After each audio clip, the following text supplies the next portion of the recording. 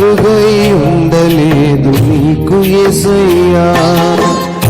మారని దేవుడవు నీవేనయ్యా, మరుగై ఉండలేదు నీకు యేసయ్యా.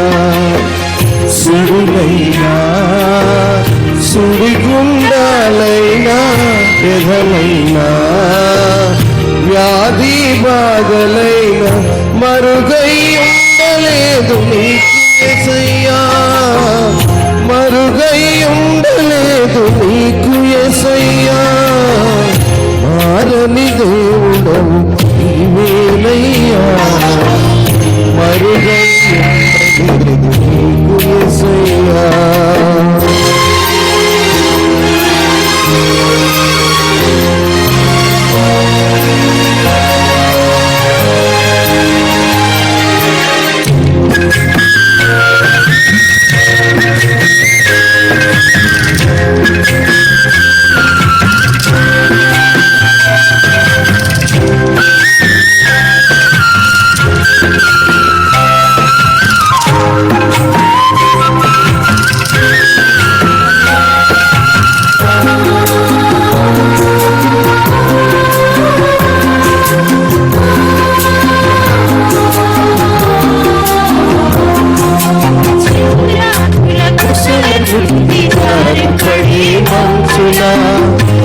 నిలకడలేనిదా బ్రతుకును మార్చితివి,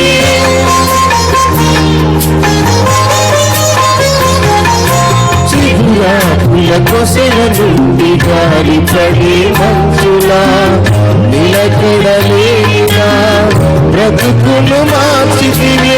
మధురమైన నీ ప్రేమను నే మరువలేనయ్యా, మధురమైన నీ ప్రేమను నే మరువలేనయ్యా. మరువని దేవుడవయ్యా, మారని యేసయ్యా, మరువని దేవుడవయ్యా, మారని యేసయ్యా. నీవేనయ్యా, మరుగై ఉండలేదు నీకు యేసయ్యా. నా జీవిత యాత్రలో ఉన్న మలుపులు నిత్య జీవ గమ్యానికి ఆయన నడిపిస్తున్నాడని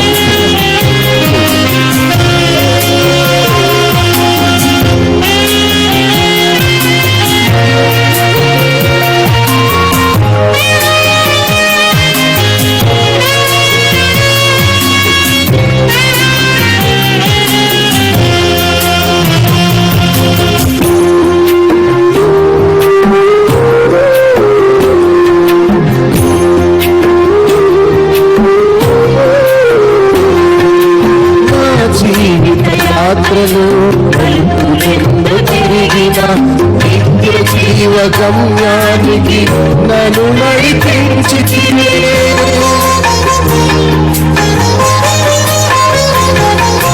నా జీవిత యాత్రలో ఎన్నో తిరిగిన నిత్య జీవ గమ్యానికి నన్ను నడిపించితివే. నిలిచి ఉండునయ్యా నిజ దేవుడవనుచు, నిలిచి ఉండునయ్యా నిజ దేవుడవనుచు. నన్ను చూచినావయ్యా, నన్ను కాచినావయ్యా, నన్ను చూచినావయ్యా, నన్ను కాచినావయ్యా. మారని దేవుడవు నీవేనయ్యా, మరుగై ఉండలేదు నీకు యేసయ్యా. మారని దేవుడవు నీవేనయ్యా, మరుగై ఉండలేదు నీకు యేసయ్యా.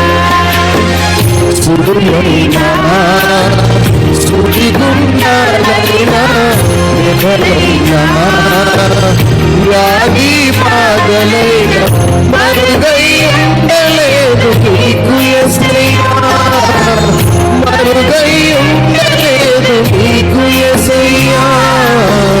మారని దేవుడవు నీవేనయ్యా, మరుగై ఉండలేదు నీకు యేసయ్యా.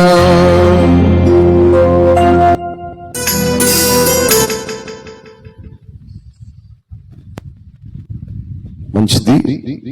దేవుణ్ణి ఈ రీతిగా ఆరాధించుటకు అనేక మంది ఈ ఛానల్ వీక్షిస్తున్న వారికి దేవుడు మనకు ఇచ్చిన స్వరాల చేత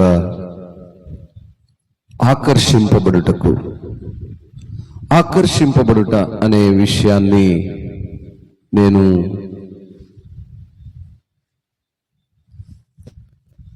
తెలియజేయాలని ఆశపడుతున్నాను.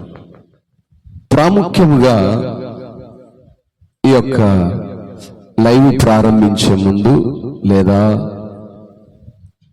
వాక్యోపదేశమును ప్రారంభించే ముందు కీర్తన పాడటానికి ప్రాముఖ్యమైన కారణం ఏంటంటే, ఈరోజు మీ ముందున్న నేను ఒక సేవకుడిగా, ఒక దైవజనుడిగా, ఒక సంఘ కాపరిగా గత దాదాపు 20 సంవత్సరం నుంచి సేవలోనికి అడుగుపెట్టిన మొదటి నా సాక్ష్యం ఏంటంటే, కేవలము దేవుని పాటలను ఈ రీతిగా వినుట వలన, స్తోత్రం, పాటలు వినుట వలన బ్రతుకులో ఇంత మార్పు ఉంటుందా అంటే దానికి సాక్ష్యము, నిదర్శనము నేనే. కీర్తనలో ఉండేటువంటి మాధుర్యమును ఆస్వాదిస్తే దేవుని వైపు చూడక, ఆయనను కీర్తించక, ఆయన సన్నిధిలో ఆలాపించక ఉండలేము. గనుకనే ప్రాముఖ్యంగా మొట్టమొదట కీర్తన పాడిన తర్వాతనే వాక్య భాగానికి మనం ముందుకు వెళుతూ ఉన్నాం. మంచిది. ఈనాటి సంపూర్ణ రాత్రి దేవుని వాక్యాన్ని మనము ధ్యానము చేసుకుందాం. పరిశుద్ధ లేఖన భాగంలో నుంచి యోబు గ్రంథము 4వ అధ్యాయము 6వ వాక్యాన్ని చదువుదాం. నీ భక్తి నీకు ధైర్యము పుట్టింపదా? నీ యథార్థ ప్రవర్తన నీ నిరీక్షణకు ఆధారము కాదా?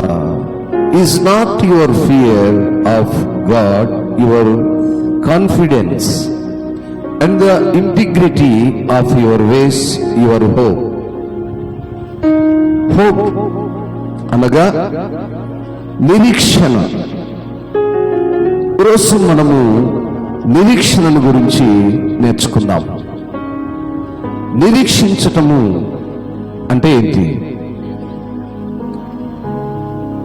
ఆశపడటము, ఎదురు చూడటము, కనిపెట్టుకుని ఉండటము అనేటువంటి పర్యాయ పదాలు ఈ నిరీక్షణ అనేటువంటి అర్థాన్ని తెలియజేస్తుంది.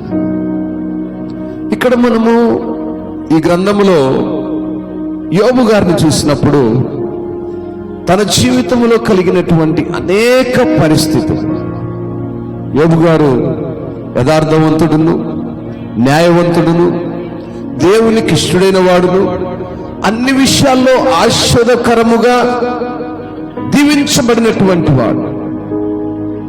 కొన్ని అనానుకూల పరిస్థితుల వల్ల దేవుని చిత్తములో దేవునికి ఇష్టమై దావీదు యోబు సమస్తమును కోల్పోయిన తర్వాత యోబుకున్నటువంటి నిరీక్షణను ఇక్కడ ఒక ప్రశ్నగా చూపిస్తున్నాడు. తన స్నేహితులతో కొంత సంభాషణ జరిగిన తర్వాత తన మనసుతో తను మాట్లాడుకుంటున్నాడు. నీ భక్తి నీకు ధైర్యము పుట్టింపదా? కొన్నిసార్లు మన విశ్వాసము మనకున్న అనానుకూల పరిస్థితులు ఊహించని విధానంలో మనం ఏమవుతామంటే మనకున్న విశ్వాసాన్ని, ఆ ధైర్యాన్ని కోల్పోతాం. యోబు గారిని గమనించినప్పుడు ఆయన కోల్పోలేదు, సమస్తాన్ని కోల్పోయాడు, కానీ విశ్వాసాన్ని మాత్రం ఎక్కడా విడిచిపెట్టలేదు. దేవునిపై తనకున్నటువంటి ఆ నిరీక్షణను ఎక్కడా విడిచిపెట్టలేదు. అందుని బట్టి అక్కడ అంటున్నాడు, నీ భక్తి నీకు ధైర్యం పుట్టింపదా, నీ యథార్థ ప్రవర్తన నీ నిరీక్షణకు ఆధారము కాదా. నిరీక్షించాలి. నిరీక్షణ ఏం చేస్తుందంటే మన యొక్క యథార్థతను కాపాడుతుంది. మన యొక్క యథార్థత ఏంటి అంటే నీ భక్తి నీకొచ్చినటువంటి అనానుకూల పరిస్థితిలో నీకు ధైర్యంనివ్వాలి. అది నిరీక్షణ. అలా యోబు గారు నిరీక్షిస్తున్నటువంటి సందర్భాలను మనము గమనించినప్పుడు మరి 5వ అధ్యాయము 16వ వాక్యాన్ని కూడా మనము గమనిస్తే, కావున బీదలకు నిరీక్షణ కలుగును, అక్రమము నోరు మూసుకొనును. బీదలకు నిరీక్షణ. ఇక్కడ ఈ బీదలు అనే పదాన్ని మనం చూసినప్పుడు ఆధ్యాత్మికమైనటువంటి దైవిక విధానంలోనికి వెళ్ళాలి. బీదలు ఎవరు అంటే దేవుని పిల్లలు. బీదలు ఎవరంటే దేవుణ్ణి అంగీకరించిన వారు. బీదలు ఎవరంటే దేవునిపై ఆధారపడిన వారు. వారికి నిరీక్షణ. అందుకే అంటున్నాడు, కావున బీదలకు నిరీక్షణ కలుగును. బీదలంటే డబ్బులు లేనివారు, గుడ్డకు లేనివారు, ఇల్లు లేనివారు, ఆకలి దప్పులతో ఉన్నటువంటి బీదలు కాదండి. దేవునిపై ఆధారపడినటువంటి బీదలు. బీదలు అనగా తగ్గింపు కలిగిన వారు. బీదలు అనగా ఆయన కొరకు నిరీక్షణతో ఎదురు చూసేవారు. అందుకొరకు అక్కడ భక్తుడు అంటున్నాడు, కాబట్టి బీదలకు నిరీక్షణ కలుగుతుంది. ఈరోజు నా ప్రియ దేవుని సంగమా, నువ్వు ఎటువంటి నిరీక్షణలో ఉన్నావు? నువ్వు ఏ నిరీక్షణతో దేవుని వైపు చూస్తున్నావు? నీ నిరీక్షణ ఏ రీతిగా ఉంది? చూద్దాము. 7వ అధ్యాయము యోబు గ్రంథము 6వ వాక్యాన్ని చూస్తే, నా దినములు నేతగాని నాడెకంటను వడిగా గతించుచున్నవి. నిరీక్షణ లేక అవి క్షయమైపోవుచున్నవి. నిరీక్షణ ఎప్పుడైతే మన జీవితంలో ఉండదో, దేవునిపై విశ్వాసము, భక్తి, మన యొక్క దైనందిన జీవితంలో ఉన్నటువంటి ఆత్మీయ సహవాసాన్ని కోల్పోతామండి. అందును బట్టి మరి ఇక్కడ యోబు భక్తుడు అంటున్నాడు, ఏమంటున్నాడు? నా దినములు నేతగాని నాడకంటను వడిగా గతించుచున్నవి, నిరీక్షణ లేకవి క్షయమైపోతున్నవి. క్షయమైపోవడం అంటే కనిపించకపోవడం, మాయమైపోవడం, తెలియకుండా పోవడం. నిరీక్షణ అనేటువంటిది మనిషి జీవితంలో, ఎస్పెషల్లీ క్రైస్తవుని యొక్క దైనందిన జీవితంలో చాలా అవసరం. My days are swifter than a weaver's shuttle and come to their end without hope. నిరీక్షణ లేకుండా నువ్వు ఏది సాధించలేవు. నిరీక్షణ అనేది క్రైస్తవ జీవితంలో ఎంత అవసరమై ఉన్నదో యోబు గారిని మనం చూసినప్పుడు, తన యొక్క స్థితిని మనం గమనించినప్పుడు మనకు అర్థమవుతూ ఉంది. కనుక నిరీక్షణ, ఆ హోప్ అనేది ఎంత అవసరమనంటే ఆయనపై ఆధారపడిన పిల్లలు. అందుకే భక్తుడైనటువంటి దావీదు గారు కూడా కీర్తనల గ్రంథంలో కొన్ని సందర్భాల్లో నిరీక్షణ గురించి మాట్లాడతాడు. 42వ కీర్తన 5వ వాక్యాన్ని మనము చూసినప్పుడు,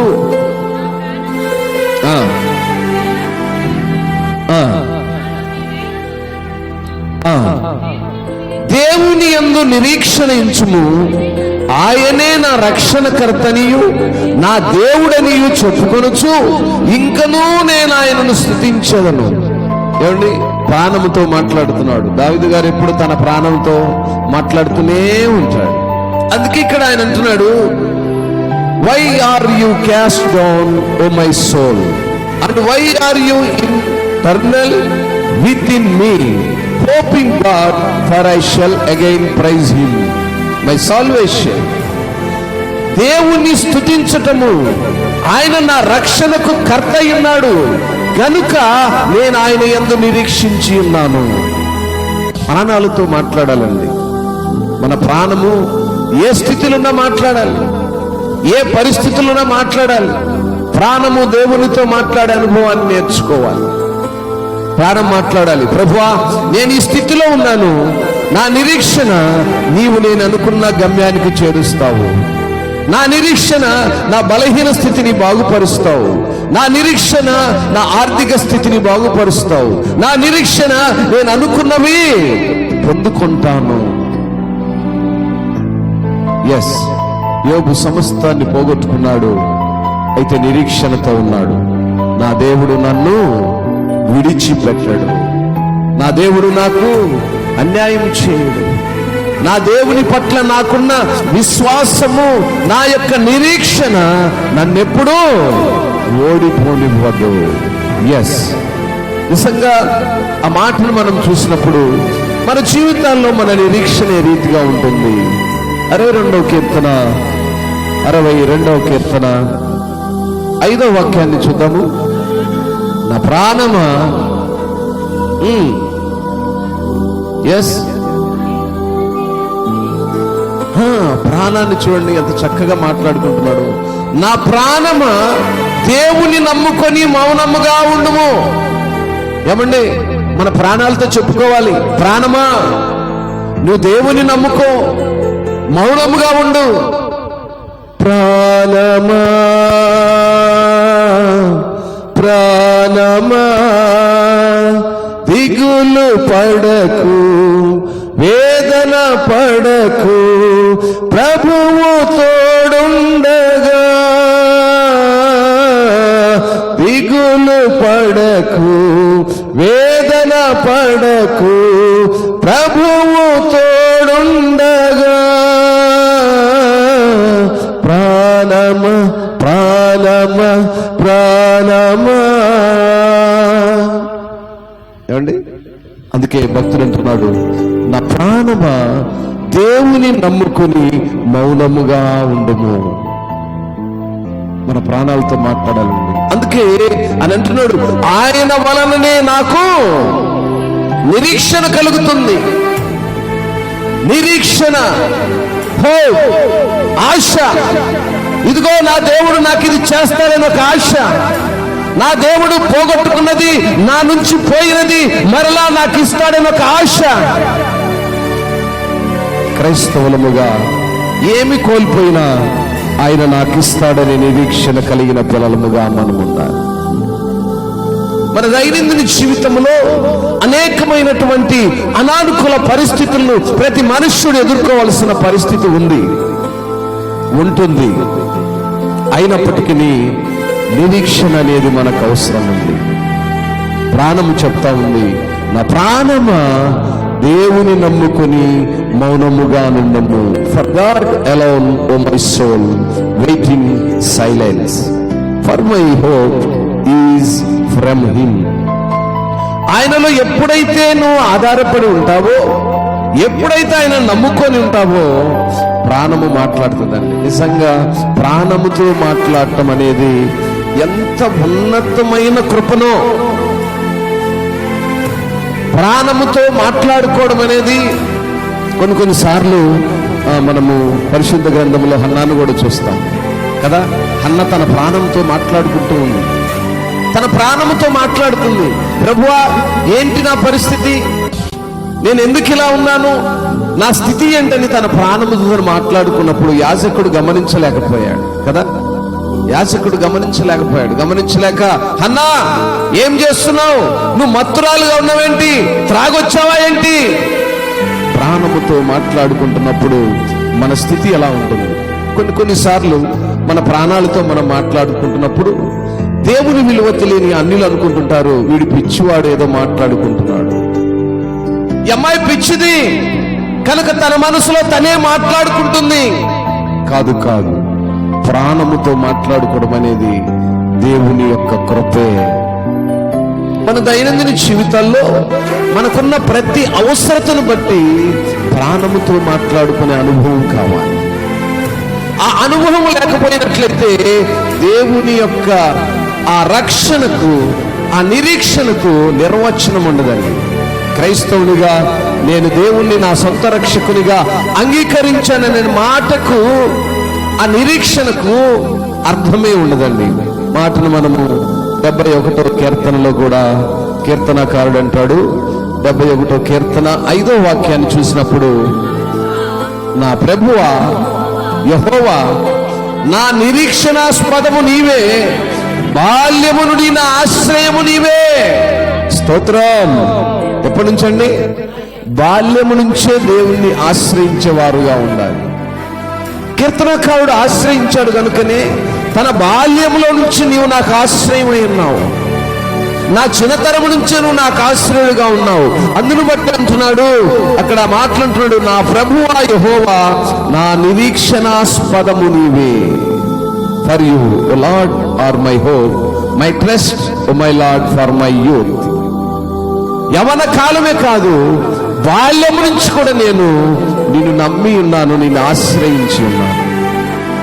ఏమండి, ఈనాడు యవనులు ఎలా ఉన్నారు? బాల్యములో, యవనములో దేవుడిని ఆశ్రయించేటువంటి యవన పిల్లలు ఉన్నారా? యవన కాలములో దేవుని కాడిని మోసే యవనులు ఉన్నారా? భక్తుడు అంటున్నాడు, నా యవ్వనమందు నేను నిన్ను ఆశ్రయించి ఉన్నాను, అదే నా నిరీక్షణ. ఎస్, ఈరోజు నీవు నేను మనము ఏ నిరీక్షణలో మనం ముందుకు వెళ్తున్నాం అనే విషయాన్ని ఈరోజు మనము ఒకసారి జ్ఞాపకం చేసుకోవాలి. నా ప్రియ దేవుని సంగమం 78వ కీర్తనలు అంటున్నాడు, 78వ కీర్తన 5వ వాక్యాన్ని మనం చూసినప్పుడు, రాగల తరములలో పుట్టబోవు పిల్లలు దాన్ని ఎరుగునట్లును, వారు లేచి తమ పిల్లలకు దాన్ని వివరించినట్లును, వీరును దేవుని యందు నిరీక్షణ గలవారై దేవుని క్రియలను మరొకయుండి, యథార్థ హృదయములు కాక దేవుని విషయమై స్థిరమైన మనస్సు లేని వారై తమ పితరుల వారే తిరగబడకుండాలి. మన పితరులు ఏమయ్యారండి? తిరగబడ్డారు. ఆనాడు మరి ఐగుప్తు నుంచి కానాకు నడిపిస్తున్నప్పుడు ఆ ప్రయాణములు ఉన్నటువంటి మన పితరులు ఏం చేశారు? కేవలము తిండి కొరకు, వారికి కావలసినటువంటి లోక సంబంధమైనటువంటి అక్కర్ల కొరకు సనుగుకుంటూ గొనుగుకుంటూ దేవునికి అయిష్టమైన కార్యములు ఎన్నో చేశారు. గనుకనే ఇక్కడ అంటున్నాడు, రాగల తరములలో పుట్టబోవు పిల్లలు దాన్ని ఎరుగునట్లు, వారు లేచి తమ పిల్లలకు దాన్ని వివరించున్నట్లు, వీరును దేవుని యందు నిరీక్షణ కలవారై దేవుని క్రియలను మరవకుండండి.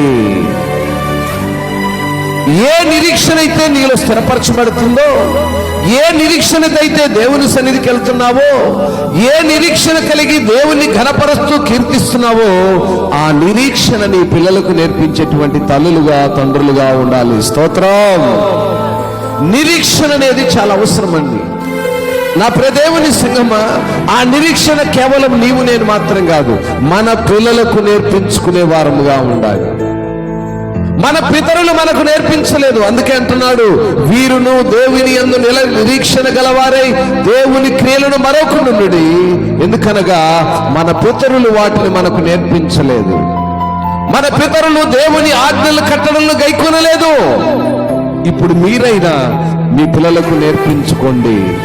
అందుకే నేను యవ్వన బిడ్డలకు చెప్తూనే ఉంటాను, అమ్మా, మన తల్లిదండ్రులు మనకు నేర్పించలేదేమో, మన తల్లిదండ్రులు దేవుణ్ణి ఆశ్రయించలేదేమో, వారి తల్లిదండ్రులు దేవుని సన్నిధికి నడిపించలేదేమో, ఇప్పుడైనా మీరైనా దేవుని సన్నిధికి నడిచి ఆ మాటలను మీ పిల్లలకు నేర్పించుకోండి. పదే పదే నేను ఆ విషయాన్ని జ్ఞాపకం చేస్తుంటాను. కీర్తనకారుడు అంటున్నాడు, రాగల తరములలో పుట్టబోవు పిల్లలు దానిని ఎరుగునట్లు. నిరీక్షణ అంటే ఏంటో ఆ పిల్లలకు ఇప్పుడున్నటువంటి తల్లులు ఆ బిడ్డలకు నేర్పించుకోవాలి. నిరీక్షణకు అర్థమేంటి? ఏంటి నిరీక్షణ? ఎవరి కొరకు నిరీక్షణ? ఎందుకు నిరీక్షణ? అవి మన పిల్లలకు నేర్పించుకోవాలి. వారు లేచి తమ పిల్లలకు దాన్ని వివరించినట్లు దేవుని యందు నిరీక్షణ కలవారై దేవుని క్రియలను మరువకుండా. ఏ నిరీక్షణలో మనం ఉంటున్నాం? దేని కొరకు మనం ఎదురు చూస్తున్నాం? యెషయా గ్రంథము 51వ అధ్యాయము. యెషయా గ్రంథము 51వ అధ్యాయము 5వ వాక్యము. నేను ఏర్పరచున్న నీతి సమీపముగా ఉన్నది, నేను కలుగజేయు రక్షణ బయలుదేరుచున్నది. నా బాహువులు జనములకు తీర్పు తీర్చును. దీపవాసులు నా తట్టు చూచి నిరీక్షణ గలవారగుదురు, వారు నా బాహువును ఆశ్రయింతురు. పిల్లరా, యెషయా భక్తుడు అంటున్నాడు, నేను ఏర్పరిచిన నా నీతి సమీపముగా ఉన్నది, నేను కలుగజేసిన రక్షణ బయలుదేరి వస్తున్నది, నా బాహువులు జనములకు తీర్పు తీరుస్తున్నాయి. దీపవాసులు నా చుట్టూ నా తట్టు చూచి నిరీక్షణ గలవారగుదురు. ఎక్కడో ద్వీపములున్నటువంటి నివాసులు, ఎక్కడో దూరముగా ఉండేటువంటి నివాసులు, కొండలలో, చెట్లలో, చామలలో, ద్వీపాలలో నివాసం చేస్తున్నటువంటి నివాసులు ఆయన తట్టు చూసి నిరీక్షణ కలవారవుతూ ఉన్నారు. ఈరోజు మన పితరుల కాలం నుంచి, మన తల్లిదండ్రుల కాలం నుంచి, మన యొక్క 4 తరముల నుంచి మనము దేవుని సన్నిధికి నడుస్తూ ఏ నిరీక్షణ మన బిడ్డలకు నేర్పించుకుంటున్నాం? ఏ నిరీక్షణ మన జీవితాల్లో కనపడుతూ ఉన్నది? ఇర్మియా భక్తుడు అంటున్నారు, ఇర్మియా గ్రంథము 29వ అధ్యాయము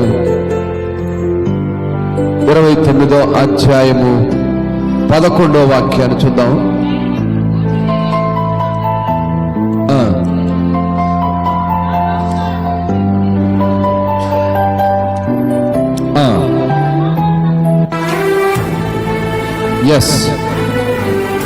లేఖనం అంటుంది, నా ప్రియ దేవుని సంగమా, నేను మిమ్మల్ని గూర్చి ఉద్దేశించిన సంగతులను నేను ఎరుగుదును. రాబో కాలమందు మీకు నిరీక్షణ కలుగునట్లుగా అవి సమాధానకరమైన ఉద్దేశములే గాని హానికరమైనవి కావు. ఇది దేవుని యొక్క వాక్కు. దేవుడి రోజు నీకు నాకు చెప్తున్నాడు, నేను మీకు గూర్చి ఉద్దేశించి చెప్పిన సంగతులు నేను ముందుగానే ఎరిగి ఉన్నాను. రాబో కాలమందు మీకు నిరీక్షణ కావాలి. ఎప్పటికండి? రానున్నటువంటి దినాల్లో వారి పిల్లలు రానున్న స్థితులను ఎదుర్కొనేటువంటి శక్తి కావాలంటే దేవునిపై నిరీక్షణ కావాలి. ఈరోజు సమాజంలో మనం చూస్తున్నటువంటి అనేక పరిస్థితులను ఎదుర్కోవాలంటే దేవుని యొక్క శక్తి కావాలి. ఆ నిరీక్షణ మనపై ఉండాలి. భక్తులు అనేక మంది దేవునిపై ఆధారపడి వారు పొందుకున్నటువంటి నిరీక్షణ ఈరోజు మనం చూస్తున్నాం. మనం ఉన్నటువంటి మన యొక్క స్థితిని మనం ఎప్పుడైనా పరిశీలించుకున్నట్లయితే, గ్రంథం అంతట్లో మనం గమనించినట్లయితే, ప్రతి భక్తుడు వారి వారి నిరీక్షణను మనకు తేటతెల్లగా తెలియజేస్తున్నారు. హోషే గ్రంథము 2వ అధ్యాయము 15వ వాక్యాన్ని మనం అక్కడ చూసినట్లయితే, అక్కడి నుండి దానిని తోడుకొని వచ్చి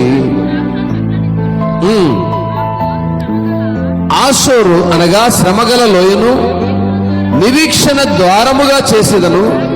బాల్యమున ఐగుప్తు దేశములో నుండి వచ్చినప్పుడు నా మాట వినునట్లు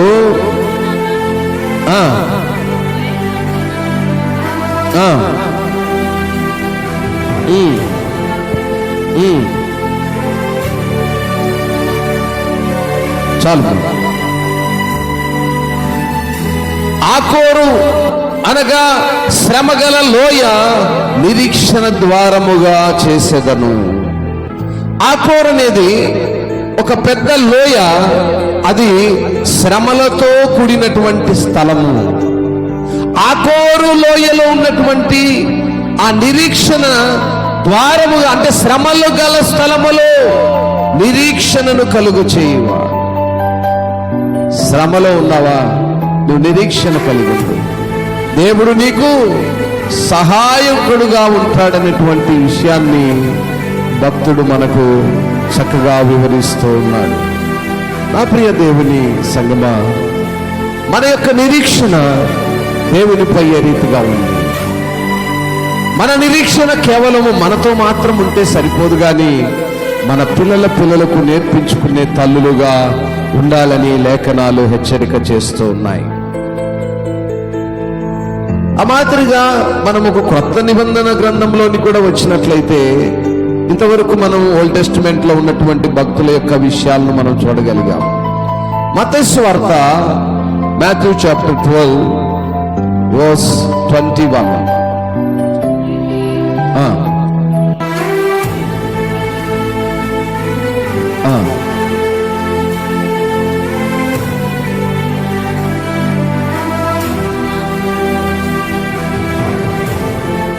ఎస్, ఈయన నామమందు అన్యజనులు నిరీక్షించుదరు అనున్నదే. యేసు ప్రభు వారి యొక్క నామములో అన్యజనులు ఎదురు చూస్తారు, అన్యజనులు ఆశ కలిగి ఉంటారు, అన్యజనులు ఆయన వైపు చూస్తారనేటువంటి నిరీక్షణ ఇక్కడ క్లియర్ గా కనపడుతుంది. నిరీక్షణకు ఆధారమై ఉన్నటువంటి దేవుడు.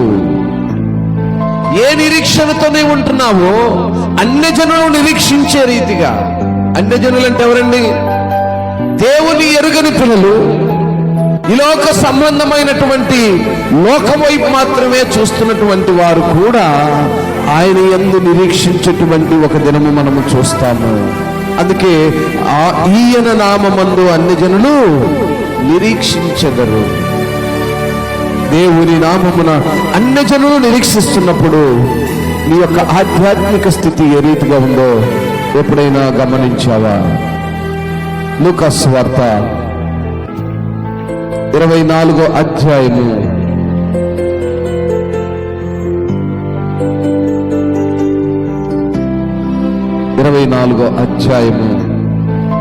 21వ వాక్యాన్ని చూద్దాం.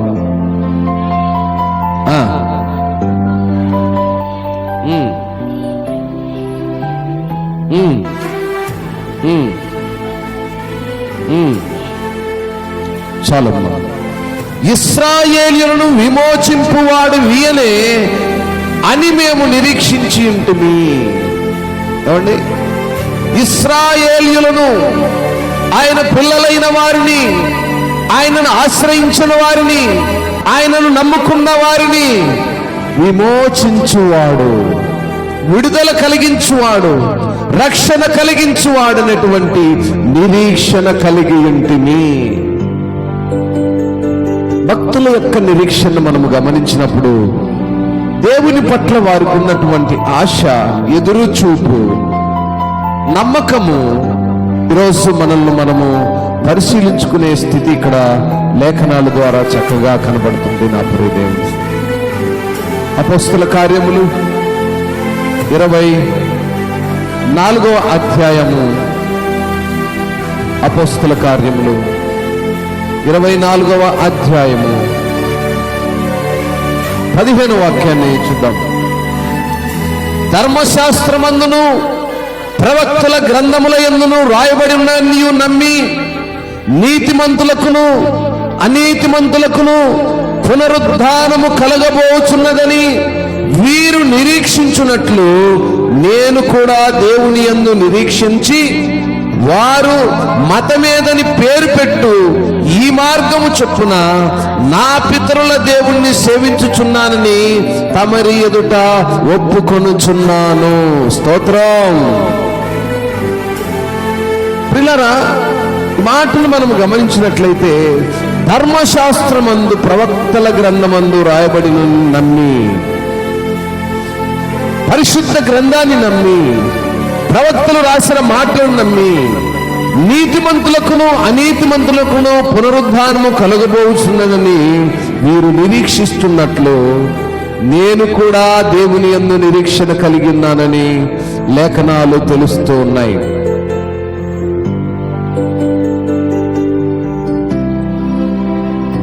పౌలు భక్తుడు ఈ అపోస్తల కార్యంలో రాస్తున్న సమయంలో ఇక్కడ ఉన్నటువంటి తనతో పరిచర్య ఉన్న అనేక మంది సేవకులుగాను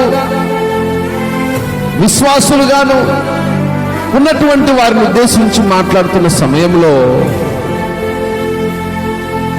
ఫెలిక్సా కూడా ఈ విషయాన్ని ఇక్కడ అంగీకరిస్తున్నట్లుగా ఈ భాగంలో మనం చూడగలుగుతాం.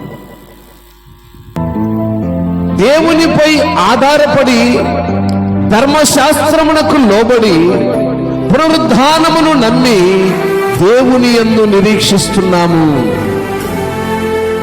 ఈరోజు మనం నమ్ముతున్నటువంటిది ధర్మశాస్త్రము. పరిశుద్ధ గ్రంథములో ధర్మశాస్త్రమే మనకు మూలము. లాండ్ ఆర్డర్ను ధర్మశాస్త్రం ద్వారానే మనకు దేవుడిచ్చాడు. ఆ ధర్మశాస్త్రమే మనకు ఒక నిరీక్షణ. ధర్మశాస్త్రమును ఆధారము చేసుకుని మనము ప్రతిదీ కూడా పాటిస్తూ వస్తున్నాం. పునరుద్ధాన దినము, యేసు ప్రభువారు శిలువకు అప్పగించబడిన దినము, నీతిమంతులకు తీర్పు తీర్చు దినము, నమ్మి విశ్వసించిన వారు ఆయన ఎడల తాము ఒప్పుకున్నటువంటి ఒప్పుదలను బట్టి ఆ నిరీక్షణతో ఆయన కొరకు ఎదురు చూసేటువంటి మార్గము అని లేఖనాలు సెలవిస్తున్నాయి. నిరీక్షణ దేవుని యొక్క మరి ఆ నడిపింపుకు ఒక మార్గము. 26వ అపోస్తల కార్యములు 26వ అధ్యాయము 6వ వాక్యాన్ని కూడా మనం ఇక్కడ చూస్తే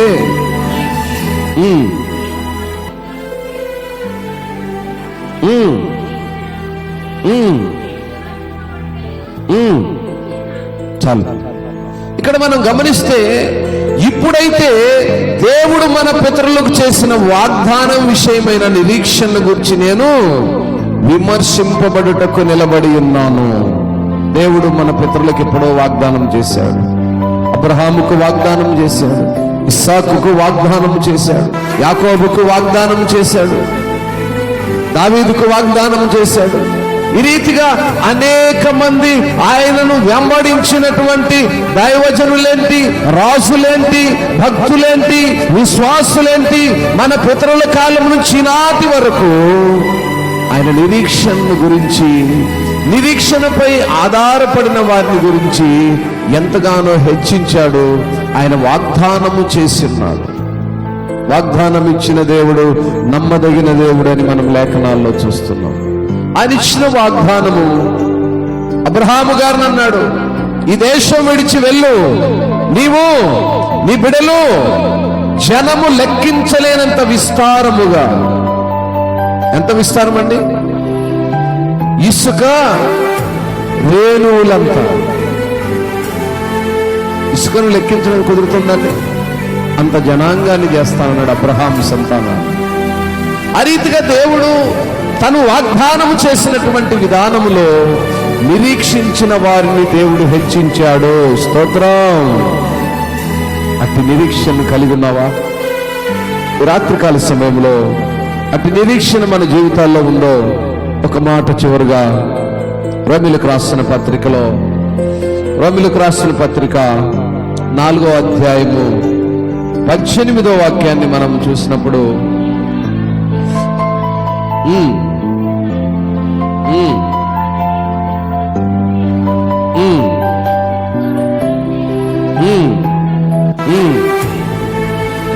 చాలు. ఎవరిని గురించి చెప్తున్నాడు? అబ్రహాము గురించి చెప్తున్నాడు. అబ్రహాము గారిని అంటున్నాడు, నీ సంతానం ఇలాగుండునని చెప్పిన దాన్ని బట్టి తాను అనేక జనములకు తండ్రిగనట్లు నిరీక్షణకు ఆధారం లేనప్పుడు అతడు నిరీక్షణ కలిగి నమ్మెను. దేన్ని కలిగి నమ్మాడు? అబ్రహామా, నువ్వు ఈ దేశం విడిచి వెళ్ళు. ఏమాత్రం వెనుదిరగలేదు. ఆయనపై ఆధారపడ్డాడు. తన నిరీక్షణను స్థిరపరుచుకున్నాడు. దేవుడు తన నిరీక్షణను ఏమాత్రమూ త్రోసివేయలేదు. ఈరోడు నా ప్రియ దేవుని సంగమా, నువ్వు ఏ స్థితిలో ఉన్నాను, నువ్వు నిరీక్షణను కోల్పోమాక. నీ యొక్క స్థితి ఈరోజు కొంచెముగా ఉన్నదేమో, తుదకు నువ్వు హెచ్చించబడతావు అనేటువంటి నిరీక్షణను మనము కలిగిన వారముగా ఉండాలని లేఖనాలు ఎంతో చక్కగా సెలవిస్తూ ఉన్నాయి. కనుక నా ప్రియ దేవుని బిడ్డలారా, మన నిరీక్షణని ఏమాత్రము కోల్పోకూడదు. చివరి మాటను మనము చదివి ఈ భాగాన్ని ముగించుకుందాము.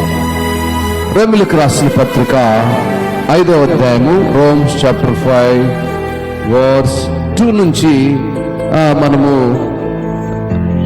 మరియు ఆయన ద్వారా మనము విశ్వాసం వలన ఈ కృపయందు ప్రవేశము గలవారమై అందులో నిలిచి ఉండి దేవుని మహిమను గూర్చిన నిరీక్షణను బట్టి అతిశయపడుచున్నాము. స్తోత్రం. ఎలా అతిశయపడాలండి? ఏమంటే మనం దేన్ని బట్టి అతిశయపడాలి? దేవుని యొక్క కృపలో మనం ఉన్నందుకు అతిశయపడాలి. స్తోత్రం. మనము విశ్వాసం వలన ఆయన కృప యందు ప్రవేశించి అందులో నిలుచుండి దేవుని మహిమను గూర్చిన నిరీక్షను బట్టి అతిశయపడుదుముగాక. దేవుని కృపలో మనం ఉన్నందుకు, మన విశ్వాసాన్ని స్థిరపరిచినందుకు, ఆ విశ్వాసములో మనం ప్రవేశించినందుకు, అందులో నిలుచుండి దేవుని మహిమను మనము పొందుకొని ఆ నిరీక్షను బట్టి మనము గర్వించాలి. ఈరోజు లోకములో ఎంతో మంది లోకం వైపు చూసి గర్విస్తుంటారు, ధనమును చూసి గర్విస్తుంటారు, బలమును చూసి గర్విస్తుంటారు, అందాన్ని చూసి గర్విస్తుంటారు, వాళ్ళు కలిగిన సర్వ సంపదలను చూసి గర్విస్తుంటారు. మనమైతే ఆయన కృపను బట్టి, ఆయన కృపలో మనము ప్రవేశించిన విధానాన్ని బట్టి, ఆయన మహిమను మనం పొందుకున్న విధానాన్ని బట్టి, ఆ నిరీక్షను బట్టి మనం అతిశయపడుదుముగాక. అట్టి నిరీక్షలో మనము ముందుకు కొనసాగుదుముగాక. ఆ నిరీక్షను దేవుడు కడవరకు మనకు ఆ విశ్వాసమును తొట్టిల్లక స్థిరపరచబడుదుముగాక. అందుకే 3-4 వాక్యాలు ఉంటుంది. అంత మాత్రమే కాదు కానీ శ్రమ ఓర్పును, ఓర్పు పరీక్షను, పరీక్ష నిరీక్షణను కలుగుజేయనని ఎరిగి శ్రమల యందు అతిశయపడుదుముగాక. ఎప్పుడండి? ఏమండి? శ్రమలు వచ్చినప్పుడు మనం భయపడకూడదు, శ్రమలు వచ్చినప్పుడు దిగులు పడకూడదు, అనారోగ్యం వచ్చినప్పుడు భయపడకూడదు, బలహీనత వచ్చినప్పుడు భయపడకూడదు, ఆర్థిక పరిస్థితుల్లో ఇబ్బంది వచ్చినప్పుడు భయపడకూడదు, నీ శరీరము కృంగినప్పుడు భయపడకూడదు. అప్పుడే నీవు గర్వపడాలి, అప్పుడే నువ్వు ధైర్యంగా ఉండాలి. అందుకే ఆయన అంటున్నాడు, ఏమంటున్నాడండి? శ్రమ ఓర్పును, ఓర్పు పరీక్షను, పరీక్ష నిరీక్షణను కలుగజేయనని ఎరిగి శ్రమ యందు అతిశయపడుదుము. క్రైస్తవుడు ఎప్పుడు కూడా శ్రమ యందు దిగులు పడకూడదు, శ్రమ వచ్చినప్పుడు బాధపడకూడదు. మనుషులము కనుక బాధలు ఉంటాయి, కానీ ఏం కావాలి? ఓర్పు కావాలి, నిరీక్షణ కావాలి. ఆ పరీక్షను గెలుచుకునేటువంటి విశ్వాసిగా నీవు, నేను, మనము ఉండాలి. ఆ చివరి మాటలు ఎందుకంటాడు? ఎందుకనగా ఈ నిరీక్షణ మనలను సిగ్గుపరచొద్దు. క్రైస్తవ విశ్వాసి యొక్క నిరీక్షణ ఏమాత్రము సిగ్గుపరచదు. నువ్వు శ్రమలో ఉన్నావా? సిగ్గుపడద్దు. నువ్వు ఆర్థికంగా వెనకబడి ఉన్నావా? సిగ్గుపడద్దు. నువ్వు బాధలో ఉన్నావా? సిగ్గుపడద్దు. ఆ నిరీక్షణ నిన్ను సిగ్గుపరచదు. దేవుని యందు నువ్వు నిరీక్షణించు. నువ్వు ఏ స్థితిలో ఉన్నా నిరీక్షించు. ఏ స్థితిలో ఉన్నా ఆయన వైపు చూడు. ఏ స్థితిలో ఉన్నా ఆయనను హత్తుకొని ఆనుకొనుండు. ఎందుకనంటే మనకు అనుగ్రహింపబడిన పరిశుద్ధాత్మ ద్వారా దేవుని ప్రేమ మన హృదయములలో కుమ్మరింపబడి ఉన్నది.